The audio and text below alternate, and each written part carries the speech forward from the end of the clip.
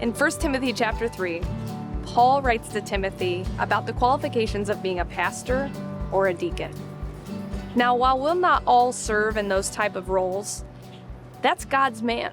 And those characteristics, they're great characteristics for all of us to strive for. Tucked away in verse 11, we see Paul address their wives. Let's look what it says. Even so must their wives be grave, not slanderers, sober, faithful in all things. Now in Titus chapter 2, we learn that the older women are to teach the younger women. We are to learn from modeled behavior. And pastors' wives and deacon wives, they're great models for us to follow. I realize that not every one of you may serve in this role, but don't be the reason your husband can't. Regardless of our position in the body of Christ, these are the characteristics that we ought to strive for. That we would be grave, not slanderers, sober, and faithful in all things. I encourage you to watch the introductory video as I go through each of those words and kind of how they apply to us. But for now, focus on that last phrase. God calls us to be faithful in all things. Now, if you were to look up the definition of faithful, it would be a little overwhelming. So I've simplified it for this study.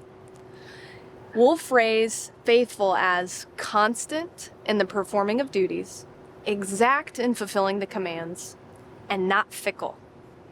Wow. Think about the calling of being faithful in all things as in constant, exact, and not fickle. That means we can't do something 90% of the way. We can't almost complete it, and we can't go back and forth with it. Sometimes we're hot, sometimes we're cold. That would be being fickle. God calls us to be faithful. And so why is it important for us to be faithful in all things? In Matthew chapter 25, Jesus gives his disciples a parable about faithfulness. During the lesson, you'll have the opportunity to go through this parable verse by verse. We're going to focus on one key part of it during the video today.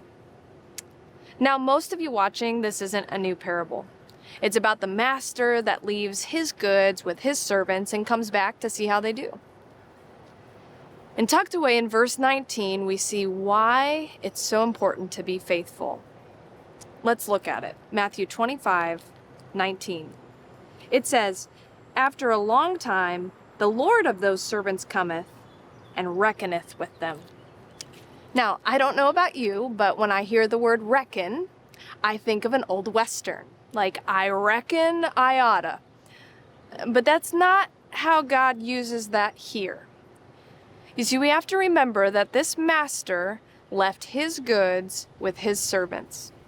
So think about that for yourself.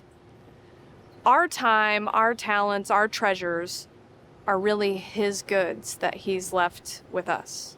They're his time, his talents, and his treasures. And according to the Bible, just like in this parable, we're going to have a reckoning with him.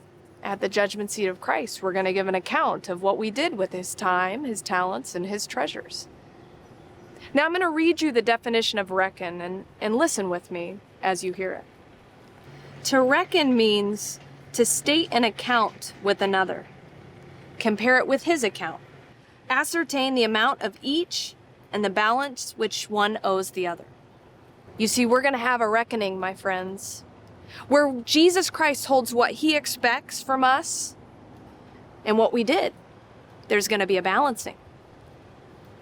That ought to strike some fear into us. We have to give an account. And his expectation is that we would be faithful. That means constant in the performing of our duties, exact in fulfilling his command, and not fickle. He expects us to be stewards. And this isn't extreme, this isn't too much, this isn't for the superstar Christians. In Romans 12, it says that this is our reasonable service. So I have a question for you. As we look at all these topics, as we explore how to be faithful in the areas of our Christian life, with our time, our talents, and our treasures, would you consider your faithfulness to him? Will you be faithful to the one who's given you all things to be faithful with?